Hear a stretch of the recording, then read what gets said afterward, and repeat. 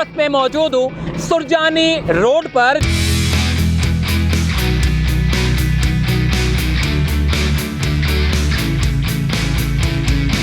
इस रोड को अक्सर नो तामीर किया जा रहा है, बड़े प्रॉपर अंदाज से, बड़े अच्छे अंदाज से इसको काम किया जा रहा है।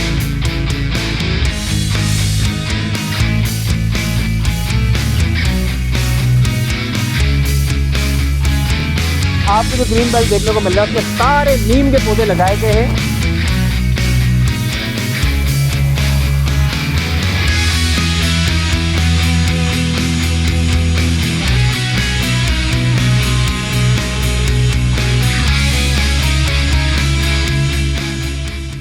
अस्सलाम वालेकुम जी, चलते फिरते मैं आपको खुशामदीद कहता हूँ। इस वक्त मैं मौजूद हूँ सुरजानी रोड पर, जो कि ये एक बड़ा रोड है। इस बड़े रोड के ऊपर इतना बुरा हाल था।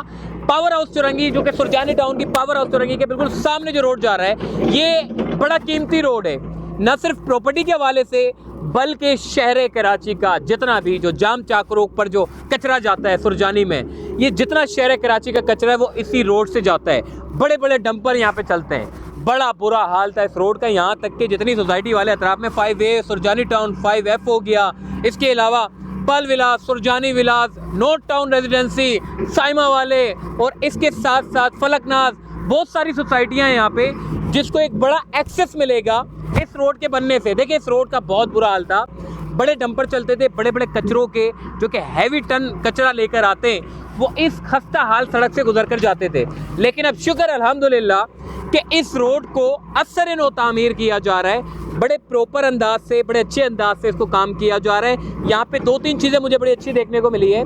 रोड को पहले पूरा खरोदा गया, जो कि एक तरीक़ेकार होता है। अब इस तरह की रोड बनाना बड़ा मुश्किल हो गया। अब क्या करते हैं, रोड कारपेटिंग करते हैं, पैच वर्क के नाम पे चूना लगाते हैं। लेकिन यहाँ पर एक असर नो तामीर होने का सिलसिला जो है वो जारी है। रोड को पूरा खुरेदा जा रहा है, उसके बाद फिर दामड़ और उसके बाद फिर मट्टी, फिर पत्थर और बहुत सारी चीज़ें, जो एक क्राइटेरिया होता है, उस क्राइटेरिया को पूरा करते हुए इस रोड को बनाया जा रहा है। यहाँ पे एक छोटा सा एक नाला भी दिया गया है, ताकि बारिश की जो निकासी आपका सिस्टम है वो इस रोड को मुतासर ना करे, बल्कि यहाँ से पानी निकल कर चला जाए।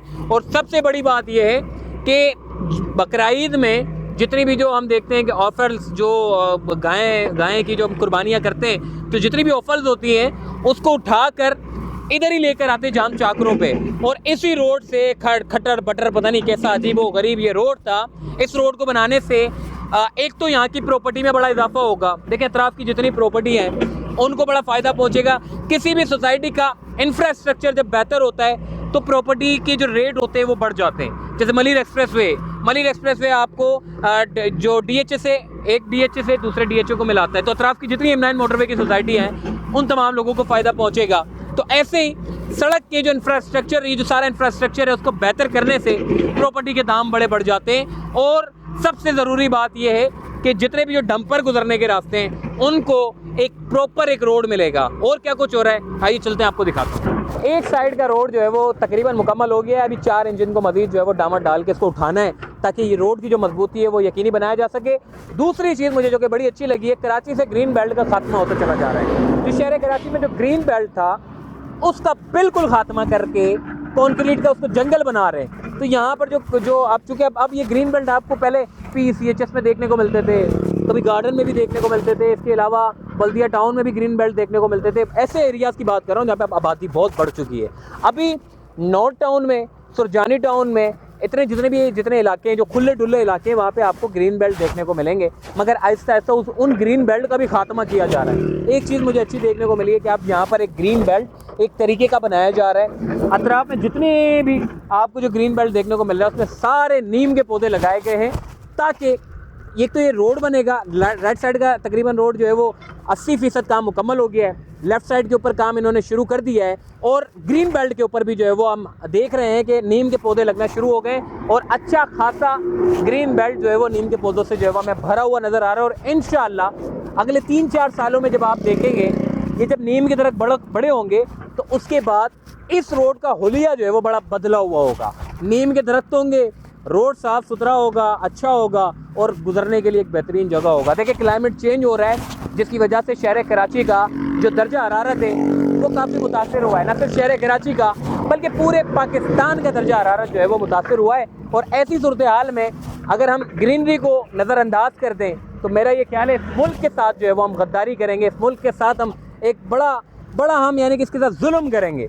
तो ये ग्रीन बेल्ट ज़रूरी है और इनको होना भी चाहिए, हरियाली भी होनी चाहिए ताकि क्लाइमेट चेंज के हवाले से पाकिस्तान भी जो है वो अपना अहम किरदार अदा करे। बाकी शहर कराची तो ग्रीन बेल्ट को इन्होंने ख़त्म करके कंक्रीट का जंगल बनाया, सारे परिंदे उड़ के चले गए। मुझे बताएं ना ज़रा, आप कमेंट करके ज़रा गैलरी में जाएं आप, मुझे बताएं कोई चिड़िया आपको नज़र आती है अपनी गैलरी में जो आज से पहले 10 साल पहले आपको नज़र आती थी जो चिड़ियाँ हैं, आज वो चिड़ियाँ नज़र ही नहीं आती। सिर्फ कौवे, चील और जंगली कबूतर के अलावा कुछ नहीं है इस शहर में। कुछ अच्छा होगा, जब अच्छी हरियाली होगी तो अच्छे परिंदे भी आएंगे और अच्छी इस शहर के निज़ाम को भी बदलेगा। ये शहर बड़ा खूबसूरत था, बड़ी हरियाली होती थी, आज ये शहर कंक्रीट का जंगल है और सबसे अव्वल नंबर पे आता है आलूदगी में, सबसे ज़्यादा आलूदगी में शहर कराची सर फहरिस्त पे आता है। और ये बड़ी परेशान कुन बात है जिसके ऊपर आज तक कोई भी नहीं सोच रहा। हम सबको सोचना पड़ेगा, इस शहर के इंफ्रास्ट्रक्चर को भी बेहतर करना पड़ेगा, हरियाली करनी पड़ेगी और इन तमाम चीज़ों से शहर कराची की खूबसूरती में इजाफा होगा। अपना ख्याल रखिएगा,